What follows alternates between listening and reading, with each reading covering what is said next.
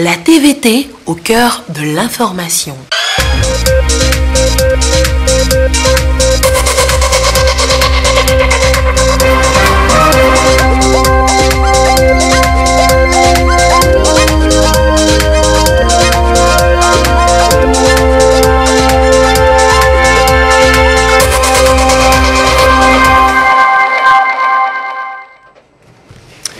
Merci de votre attention, excellent début de semaine à tous. L'actualité ce lundi, la conférence de l'Alliance solaire internationale de l'Inde à New Delhi. Retour ce soir sur les travaux de cette conférence avec le vœu du chef de l'État, faire du soleil une richesse universelle.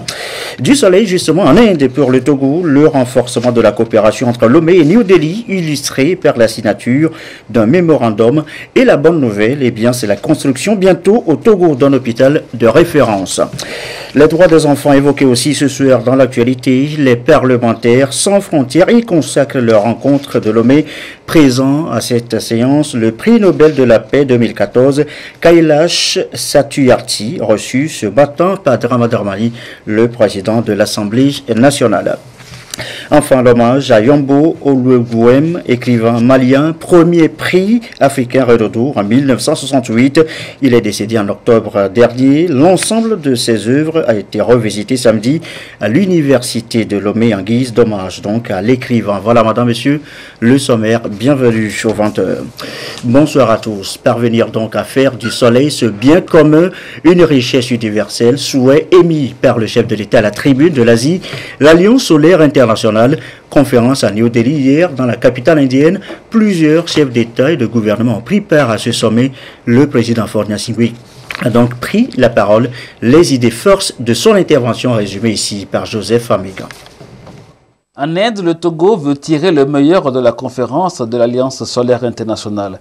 Cette rencontre axée sur le renforcement de la dynamique de l'Alliance solaire internationale a été l'occasion pour le président de la République Faure Sozman Gnassingbé, qui participait à ce grand rendez-vous aux côtés de plusieurs chefs d'État et de gouvernement, de saluer l'opportunité que constitue cette alliance, surtout pour les pays qui bénéficient d'une exposition quasi permanente au soleil.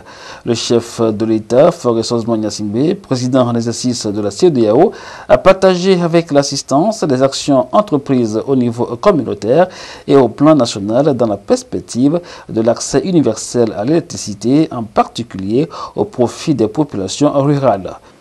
L'Afrique de l'Ouest ambitionne de porter progressivement la part des énergies renouvelables dans le mix énergétique à 48% d'ici 2030. Ce faisant, nous ferons de notre région un corridor des énergies renouvelables pour l'accès universel à l'électricité. Pour parvenir à l'accès universel à l'électricité, le Togo, mon pays, déploie plusieurs actions ciblées en direction des localités les moins bien desservies, essentiellement en zone rurale. Mais il y a encore fort à faire dans ce domaine pour étendre de façon significative la desserte, ouvrir d'autres horizons et apporter à nos populations le bénéfice des nombreuses applications qui peuvent se développer autour du capital solaire. Nous y parviendrons, car nous ne sommes plus seuls. Nous pouvons compter sur la force de l'alliance que nous fondons aujourd'hui pour apporter la lumière du développement aux populations les plus démunies.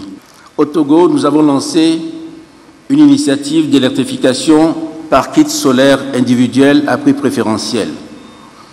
La phase pilote vise 20 000 ménages dès cette année et 300 000 ménages d'ici 2022. Les premiers foyers connectés parlent avec enthousiasme de réels changements dans leur quotidien du jour au lendemain. Nous mettons aussi l'accent sur l'installation de mini-centrales photovoltaïques. J'en ai inauguré une il y a quelques jours et l'engouement des populations nous confirme que nous sommes sur la bonne voie. C'est grâce à l'énergie du soleil que s'allument ces étoiles de joie et d'espoir dans les yeux de milliers d'Africains, de Sud-Américains, d'Asiatiques, d'Indiens et dans le monde entier. Nous avons le devoir de maintenir cette flamme allumée. Nous avons la responsabilité de tout mettre en œuvre pour que l'Alliance solaire internationale grandisse, se consolide et prospère. Le président de la République a réitéré sa conviction qu'au sein de l'Alliance solaire internationale, l'humanité parviendra sûrement à faire du soleil ce bien commun, une richesse universelle. Et le sommet, c'était donc hier en Inde, à New Delhi. Il était essentiellement consacré, on vient de l'entendre, à l'accès à l'universel, à l'électricité, l'accès universel à l'électricité, en particulier au profit des populations rurales. Retour sur les temps forts de cette conférence de l'Alliance solaire internationale, c'est avec Prudence Zissou. L'Alliance solaire internationale fait ses premiers pas à New Delhi en Inde. À cette conférence, plusieurs chefs d'État et de gouvernement des 121 pays de l'Alliance ainsi que des représentants des organisations internationales ont réaffirmé leur engagement à lutter contre le changement climatique tout en accélérant la révolution de l'énergie solaire. Cette alliance lancée en 2015 en marge de la COP21 à Paris constitue une plateforme collective de proposition d'une alternative aux énergies polluantes dans le monde. Le chef de l'État, Faure Gnassingbé, président en exercice de la CEDEAO, est l'un des acteurs clés de cette conférence de haut niveau sur le financement et la promotion de l'énergie solaire. Son allocution à l'ouverture des travaux appelait notamment à une transition énergétique dans l'espace sous-régional et à une synergie d'action à l'échelle mondiale pour améliorer les conditions de vie des populations dans les zones rurales. Le président de la République a par ailleurs rendu hommage au Premier ministre indien Narendra Modi et au président français Emmanuel Macron, dont les pays sont à l'initiative de l'ASI. Pour le chef de l'État, l'histoire retiendra que New Delhi en Inde, foyer de civilisation multiséculaire, fut le berceau de ce renouveau qui va porter le soleil par toute la terre. Le président en exercice de la CEDEAO a indiqué que sa participation à ces assises est aussi celle de toute la région ouest-africaine qui compte désormais tirer tous les profits de son exposition quasi permanente au rayonnement solaire. Il a réaffirmé l'engagement de tous les États de la communauté à opter pour une transition énergétique et ainsi porter la part des énergies renouvelables dans le mix énergétique à 48% d'ici à 2030. Il s'agit de contribuer au mieux-être des populations tout en préservant la planète pour les générations à venir et de faire de l'espace CEDEAO un corridor des énergies renouvelables pour l'accès universel à l'électricité. Le Togo s'est lui aussi lancé dans un ambitieux programme solaire avec la construction de mini-centrales et l'installation de kits pour 300 000 foyers en milieu rural. La vision du gouvernement, c'est de faire en sorte à ce qu'on puisse, dans le mix énergétique, avoir une part importante des énergies renouvelables, notamment le solaire.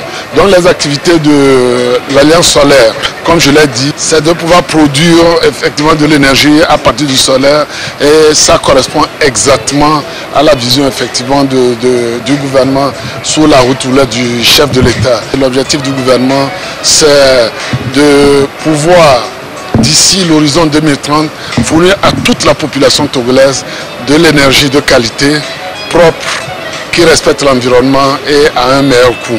Et au-delà de ça, avoir une part importante des énergies renouvelables, notamment le solaire dans le mix énergétique. En lançant l'ASI, l'Inde et la France se présentent en pointe de la lutte contre le réchauffement climatique. L'objectif de cette alliance est de mobiliser 1 000 milliards de dollars pour développer 1 terawatt d'énergie solaire en 2030.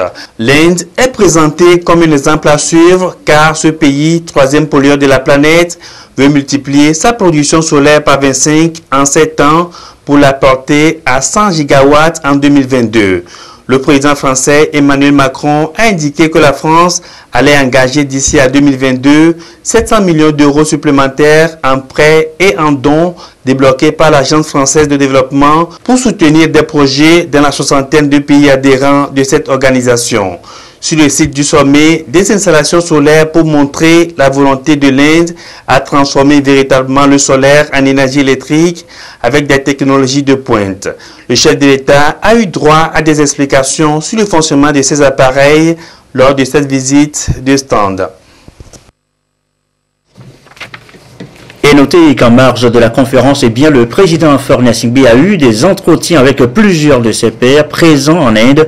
Image ici du tête-à-tête avec le premier ministre indien Narendra Modi. Les deux dirigeants ont réaffirmé leur commune volonté de renforcer la coopération entre Lomé et New Delhi et de faire de la coopération sud-sud un levier de développement. Autre personnalité avec qui le chef de l'État s'est entretenu, Tarun Sharma, il est le directeur d'Export-Import Bank of India. Les discussions là ont porté sur les nombreux projets que la banque a entrepris avec le Togo. Je vous propose d'écouter l'interlocuteur du chef de l'État. Yes, we met the President Togo and we are really delighted because he's visiting us at a very morning.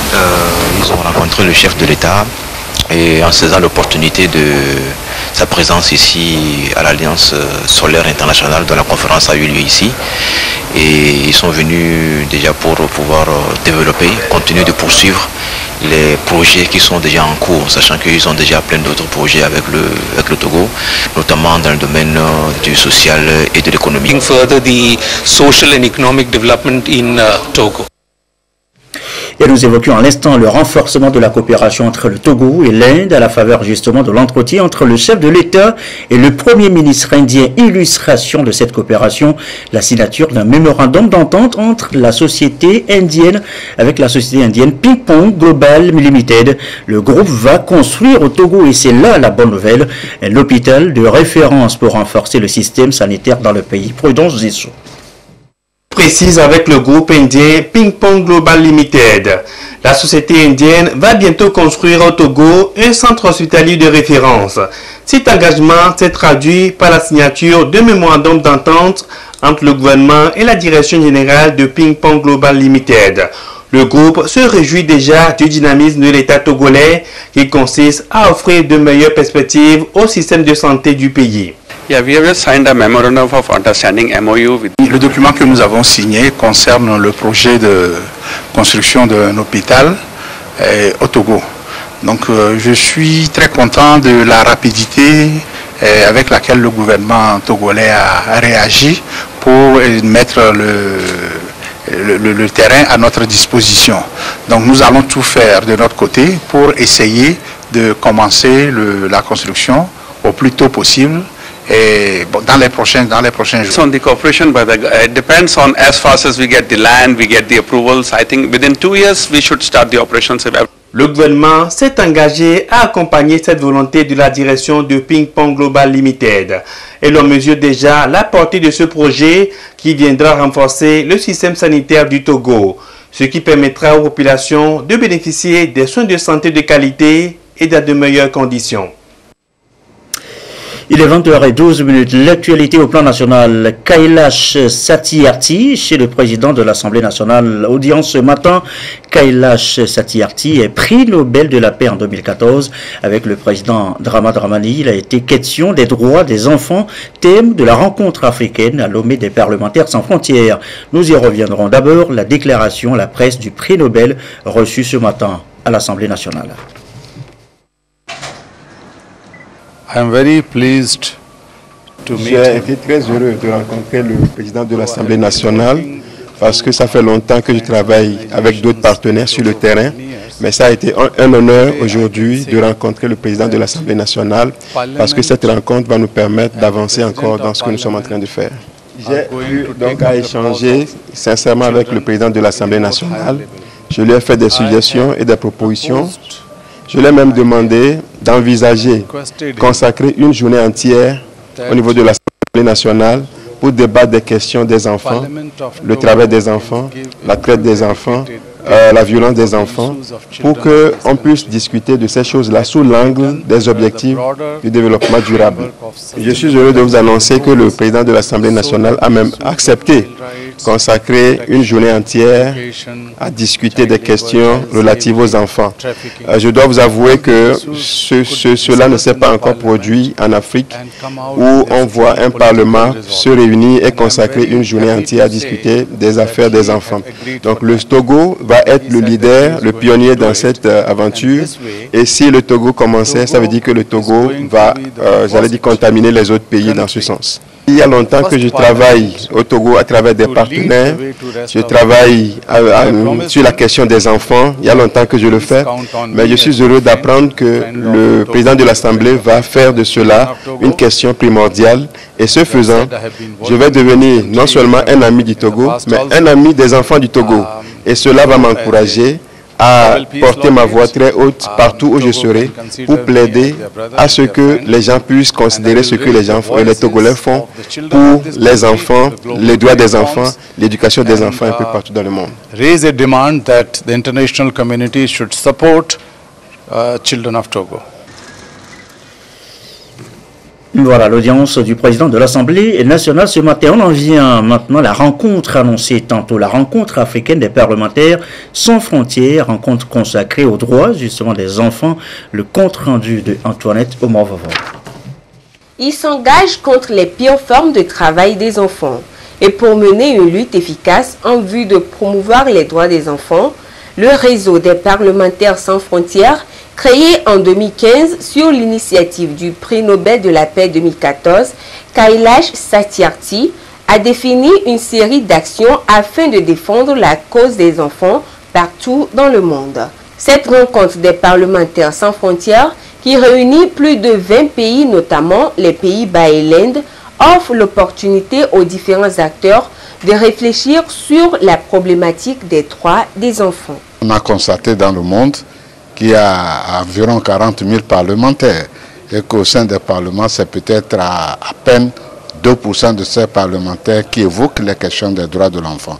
C'est la raison pour laquelle le lauréat du prix Nobel de la paix, Kailash Satyarthi, a conçu une idée qui devient une réalité maintenant dans le monde et plus précisément en Afrique. Et nous sommes fiers que le Togo soit le premier pays qui réunit un certain nombre de parlementaires sans frontières pour réfléchir sur les questions des droits de l'enfant. En tant que parlementaire, en dehors de notre rôle régalien, qui est de légiférer et de contrôler l'action du gouvernement, nous sommes sur le plan national des responsables nationaux.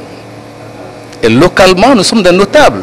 Et donc nous pouvons influencer sur les décisions au niveau des communautés par des sensibilisations des populations pour leur dire concrètement, leur enseigner ce que nous appelons le droit des enfants.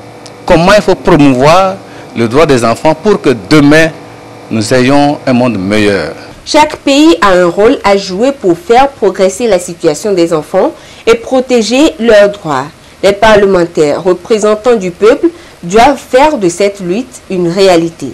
L'enfant est l'avenir de l'humanité, dit-on. Mesdames, Messieurs les parlementaires sans frontières, vous l'avez si bien compris que vous retroussez vos manches déjà pour faire de l'enfant votre préoccupation principale. Je souhaite donc beaucoup de succès à vos travaux et à tous les participants venus d'ailleurs, je leur souhaite un bon séjour. Plus de 100 parlementaires de plus de 23 pays travaillent pour sensibiliser sur les droits des enfants et les mécanismes de leur mise en œuvre au niveau local et international. Il revient également au gouvernement d'intégrer dans les politiques de développement les questions du travail des enfants afin de mobiliser plus de ressources visant l'élimination durable de pires formes de travail des enfants.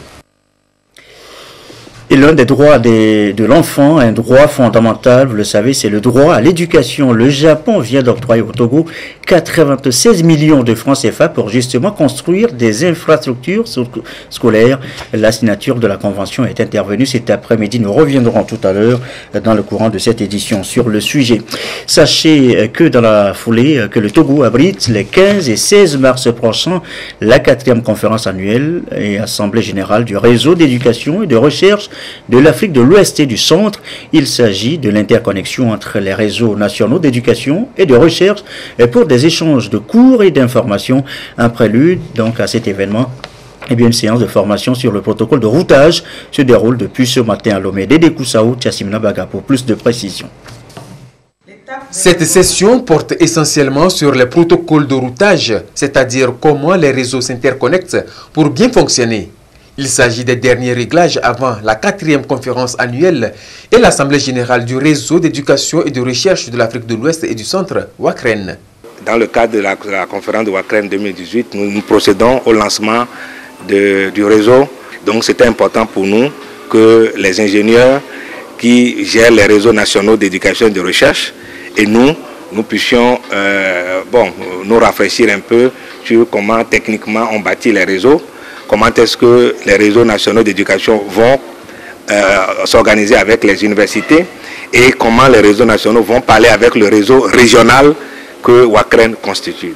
Le Togo, qui abrite la cérémonie de lancement du réseau d'éducation et de recherche de l'Afrique de l'Ouest et du Centre, prévu les 15 et 16 courants, attend beaucoup de ces travaux. Ça sera un acquis pour le Togo et particulièrement pour le réseau national d'éducation et de recherche du Togo, parce que ça permettra l'interconnexion des établissements publics et privés au réseau de la sous-région. Aujourd'hui, on veut que nos universités, nos institutions d'enseignement supérieur s'ouvrent au monde entier.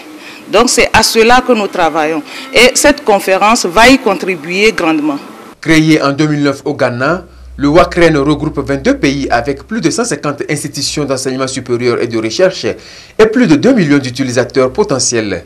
Il répond à la nécessité de développer une infrastructure d'information et de télécommunications de haute qualité au profit de la recherche et de l'éducation en Afrique de l'Ouest et du Centre. Et beaucoup en parlent et très peu la connaissent vraiment. La Ségus Togo, eh bien, c'est la société d'exploitation du guichet unique pour le commerce extérieur. Demain s'ouvre à Lomé des journées portes ouvertes pour justement mieux faire connaître la Ségus Togo. Et voici d'abord des précisions sur l'initiative. On en parle juste après les préparatifs de Douaré.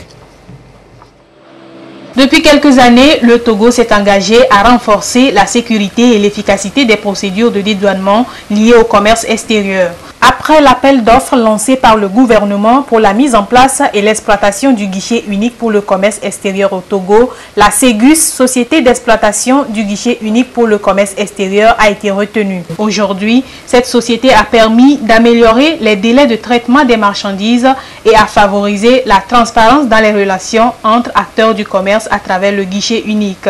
C'est donc une plateforme électronique de haute technologie accessible 24 heures sur 24 pour tous les opérateurs et usagers intervenant dans les opérations de commerce international, notamment l'exportation, l'importation, le transit et le transbordement. Le guichet unique permet donc de gérer tous les mouvements des marchandises, quel que soit le type d'acheminement, de simplifier et sécuriser le dédouanement de ces marchandises pour tous les acteurs actifs dans le commerce extérieur, que ce soit le secteur public ou privé. Et pour permettre à la population de cerner le bien fondé du guichet unique et ses avantages, la Ségus dès demain ouvre ses portes à toute personne désireuse de s'informer sur les différentes actions qu'elle mène en faveur des opérateurs économiques. Ces journées portes ouvertes se déroulent sur 3 jours et rassemblent les commissionnaires agréés en douane, les acteurs du guichet unique pour le commerce extérieur, les opérateurs économiques et les étudiants de la filière logistique.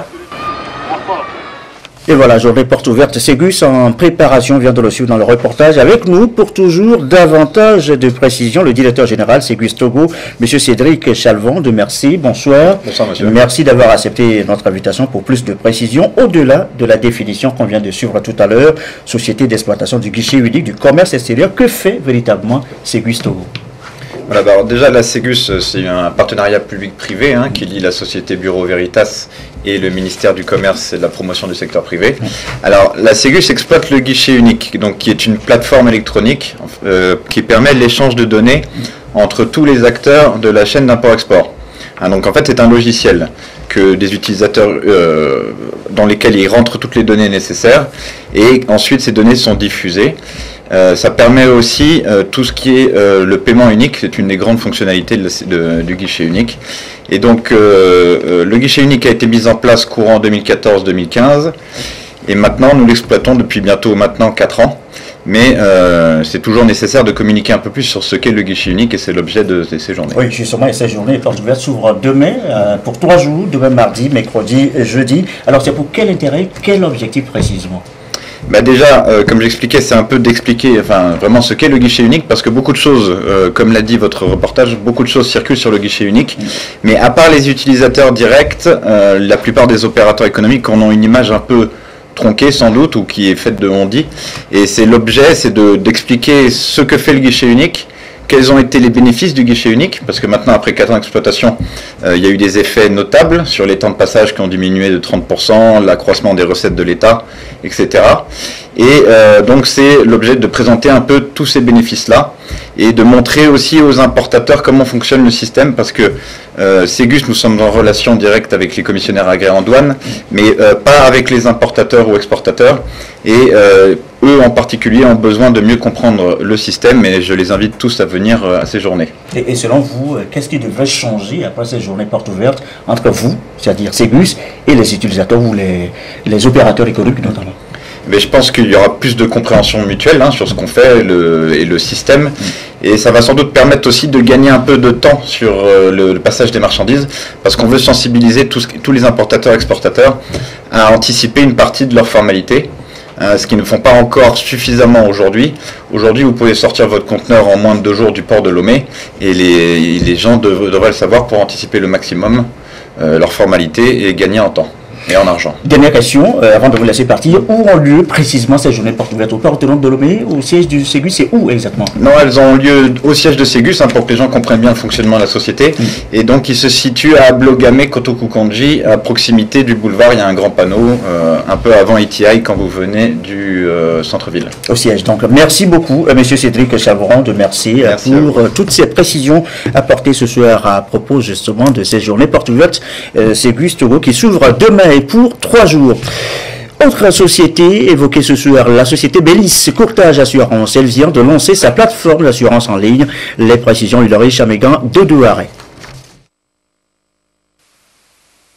Désormais, plus de tracasseries entre assureurs et assurés. Une nouvelle plateforme de courtage en assurance en ligne vient d'être lancée pour rapprocher l'assurance de l'assuré où qu'il se trouve à travers l'Internet et les réseaux sociaux. C'est un système novateur de la société Bellis Courtage Assurance qui prend particulièrement en compte les populations rurales à faible revenu. Le site www.belliscourtageassurance.com met donc à la disposition de la population des informations liées à la souscription de contrats d'assurance, aux pièces à fournir pour se faire assurer, les différentes catégories d'assurance et surtout les avantages pour l'assuré de se faire courter. Si vous prenez un courtier, c'est d'abord gratuit.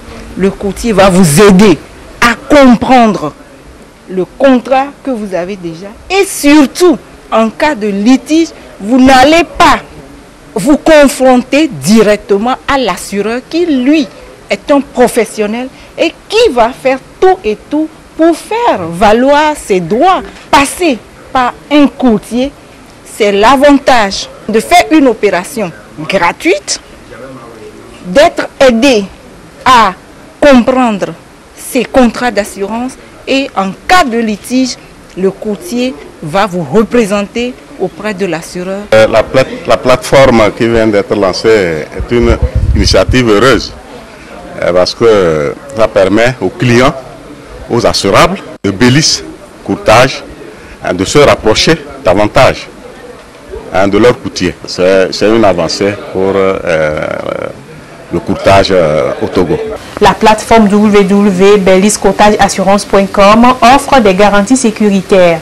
Elle est gratuite et accessible à toute personne. Sur le site, les documents que l'utilisateur envoie vers la société de courtage Bellis Courtage Assurance, ces documents sont compressés, cryptés et envoyés par mail à la société, donc ce qui garantit que même si cela est intercepté, ça ne peut pas être utilisé. Et également, le site a un certificat de sécurité SSL qui permet de crypter les données de paiement dès que ce module serait activé sur le site. Pour Bellis Courtage Assurance, il s'agit d'offrir à la population des services d'assurance efficaces, efficientes et adaptés à leurs besoins, étendre le taux de couverture nationale des risques à toutes les couches sociales du pays et développer des micro-assurances à domicile pour le grand nombre des exclus actuels du système classique d'assurance. Les moyens de paiement Flouze et Timoni sont mis à contribution pour permettre à toute personne d'accéder à l'e-courtage sans se déplacer. Également dans l'actualité, cette opération don de sang signalée initiative de la société de téléphonie Move, c'était vendredi, c'est pour venir en appui au CNTS, Centre National de Transfusion Sanguine. Esther Laclé. Chaque 3 mois, en réponse à sa responsabilité sociétale, Move Togo mobilise son personnel pour une campagne de don de sang. Un acte de partage, de fraternité et de solidarité pour sauver des vies. Nous avons compris depuis quelque temps que c'est un acte qui nous concerne tous individuellement et collectivement.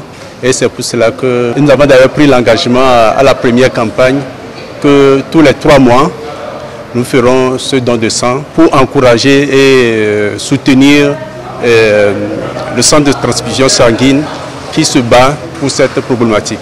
Voyez-vous, généralement nous pensons que c'est un problème qui concerne les autres, jusqu'au jour où on est victime. Et c'est cette prise de conscience que nous avons eue et qui fait que nous encourageons toute la population, tous ceux qui sont aptes physiquement à donner, à faire ce geste humanitaire. C'est un don de soi qui sauve des vies et que nous encourageons vivement les uns les autres à le faire. Et pour permettre à ce que dans nos hôpitaux, dans nos lieux de santé, on puisse sauver les vies. Le don de sang, un don de soi, mieux un geste vital, pour rappeler à la population combien de fois la pénurie de ce liquide précieux et inestimable fait perdre des vies humaines. Donner son sang présente d'ailleurs des avantages pour le donneur. Le sang ne se fabrique pas. Et on ne peut pas trouver du sang dans une pharmacie non plus, ni chez un tradithérapeute non plus. Donc c'est ton prochain qui te donnera un peu de son sang pour que tu puisses vivre. Donc voilà l'importance du don de sang. Et pour ceux qui donnent le sang, la personne peut se rajeunir et ça permet à toi-même de connaître ton état et de vie, de santé, pour que tu puisses prendre soin de toi-même premièrement. Pour tous ceux qui hésitent toujours de donner de leur sang parce qu'il y a des choses qui se profilent dans notre pays disant qu'il y a des secteurs qui utilisent le sang que nous donnons pour sauver nos vies. Donc je vais dire que c'est faux, c'est archi faux. Parce que même si tu donnes un peu de ton sang et qu'après les analyses, on ne peut pas transfuser ça à quelqu'un, il y a une partie du service du CNTS qui brûle cela. Les réserves nationales de sang sont plus basses que la normale, raison pour laquelle le Centre national de transfusion sanguine multiplie ses campagnes. Toute personne bien portante peut en donner, les hommes chaque 2 mois et les femmes chaque 3 mois. À la cour d'assises de Lomé, les audiences se succèdent. Aujourd'hui, c'est une interruption volontaire de grossesse ayant causé la mort d'une jeune fille de 23 ans. Les faits sont têtus. Nous reviendrons sur le récit dans les prochaines éditions. En route aussi pour la prison, ils vous ont peut-être aussi pris de l'argent, vous promettant des passeports de service devant vous faciliter l'obtention de visa. Eh bien, ce sont des fabricants de faux documents. Ils sont 4 individus dans cette association de malfaiteurs. La police vient de leur mettre la main dessus. Le récit des faits de 2 arrêts. Ils sont talentueux, mais ces talents ne servent qu'à fabriquer de faux documents. Ces jeunes, tous de nationalité togolaise, obtiennent des passeports avec des faux papiers au profit des individus qui se font passer pour des fonctionnaires relevant de plusieurs ministères. Les 4 faussaires ont été interpellés suite à une plainte déposée au ministère des Affaires étrangères pour faux et usage de faux. Il s'agit des nommés Azoibo Maoulé Maurice, âgé de 37 ans, comptable financier de formation. Atiche Kofiche, âgé de 35 ans, déclarant en douane. Seydou Abdoulaye Aboubakar, âgé de 39 ans, animateur jeunesse. Et Peoussi, comme l'a vu Edem, âgé de 29 ans, technicien en froid. L'auteur principal des faits est le nommé Azoibo Maoulé Maurice.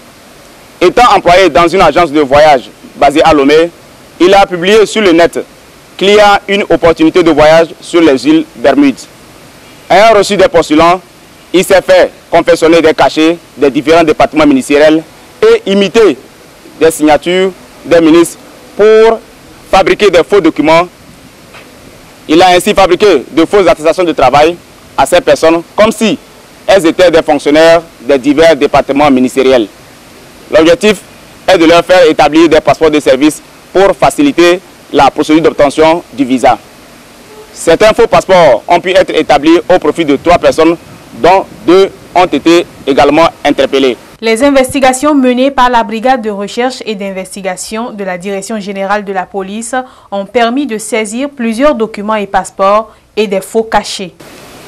Au total, 5 passeports, dont 3 passeports de service, 2 passeports ordinaires, 8 cachets des différents ministères et services publics, un cachet d'acteur et un ordinateur portatif de marque HP ont été saisis.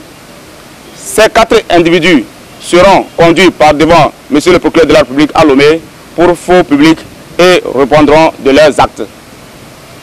Les autres complices sont activement recherchés par nos services. La population est donc appelée à plus de vigilance, surtout en ce qui concerne les informations qui circulent sur les réseaux sociaux et à se diriger vers les services appropriés pour l'obtention des pièces d'identité ou des documents.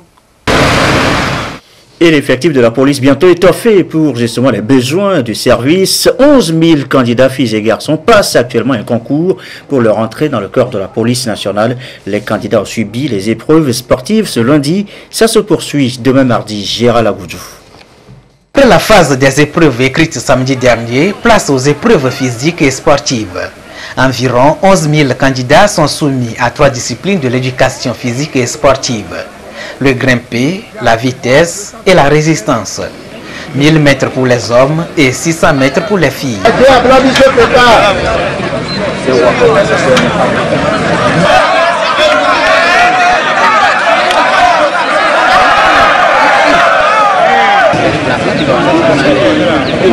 Encore 2 tours.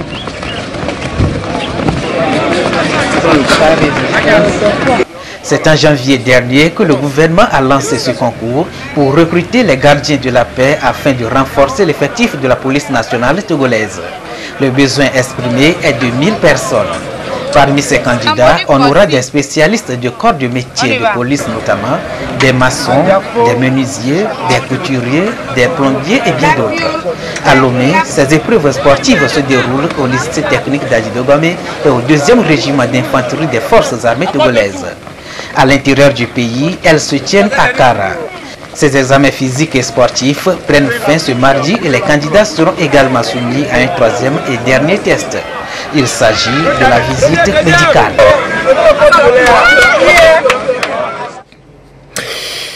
Et l'hommage aujourd'hui à Yombo Oluebouem, écrivain malien, premier prix africain à Renaudot en 1968.